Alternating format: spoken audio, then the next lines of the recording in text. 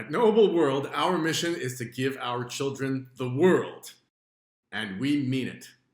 As part of our ongoing series of Anchor Fact, Printables, and mini lessons, we now turn to the story of India. India is the most populous country in the world, having surpassed China, which is shrinking. India is the world's largest democracy. India is also quickly rising in the ranks of the world's most important economies. It wasn't long ago that India barely matched Mexico, a country with 1/10 of its population. But soon, India will pass Japan, and then Germany, as the fourth and third most important economies in the world. India is making rapid progress. It will soon be what we call a cardinal culture at Knowable World. I'll explain what that means in this lesson, so stick around. India is not there yet. That's because, for the time being, India is a post-colonial culture. That's one of those powerful terms you will rarely see anywhere other than Knowable World. Post-colonial means that India used to be a colony. In other words, part of somebody else's empire, but now is independent. An interesting comparison to make, therefore, is between India and the United States. They both used to be part of the British Empire, and they are both independent now. Does that mean that America is post-colonial? The answer is no. In fact, America was never post-colonial. When America's founding fathers signed the Declaration of Independence, they had a very clear vision of what they wanted America to be. A country dedicated to the individual's rights to life, liberty, and the pursuit of happiness. That was their vision statement, and they set to work on it immediately, crafting the Constitution and the Bill of Rights. India does not exhibit that kind of clear vision and path. That's why it's still a post-colonial culture. It's still trying to figure out what it wants to be exactly, even though it became independent in 1947, which is almost 80 years ago. Why is it that India does not have a clear set of answers? We will learn why in detail in this series, but here's a preview. One fact is that India was never a united country in its history. It was either a short-lived empire controlled by some part of India or part of an empire from another culture. That means that India is not a nation.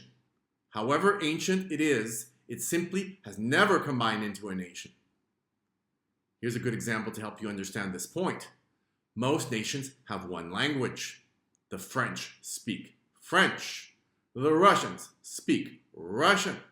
The Chinese speak Chinese. What about India?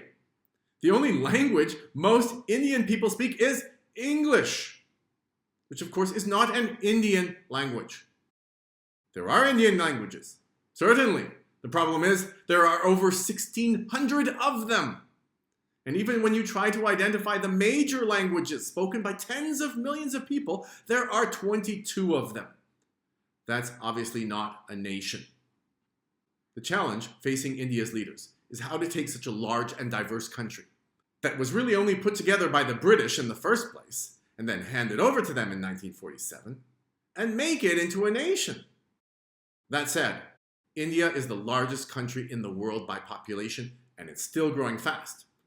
Unlike China, which used to have the most people but is now shrinking, India is growing. And India is becoming richer.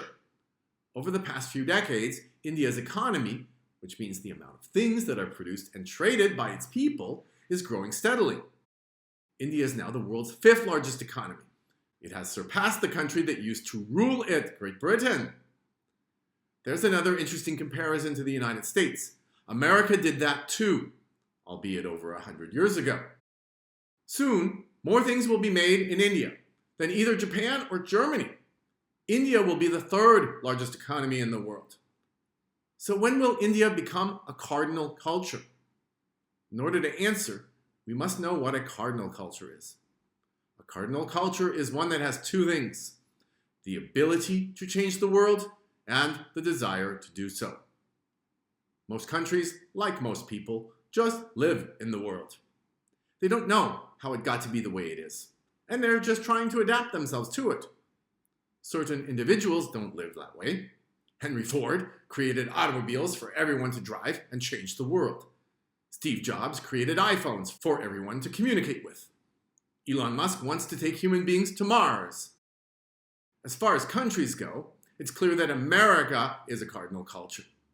It's in the driver's seat and has been there for over 100 years.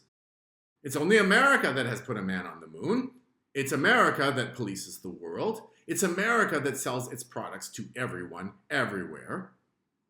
Because Americans believe in America. They believe in the American way. Do Indians believe in an Indian way? And if so, what is it? I believe there is, but in order to discover what it is, we need to study the history of India together. Only by uncovering the story of this increasingly important culture will we be able to understand what impulse it will give to the story of the world we live in. I hope that interests you. We at Knowable World are here to give you the world. I hope you'll grab it. See you soon.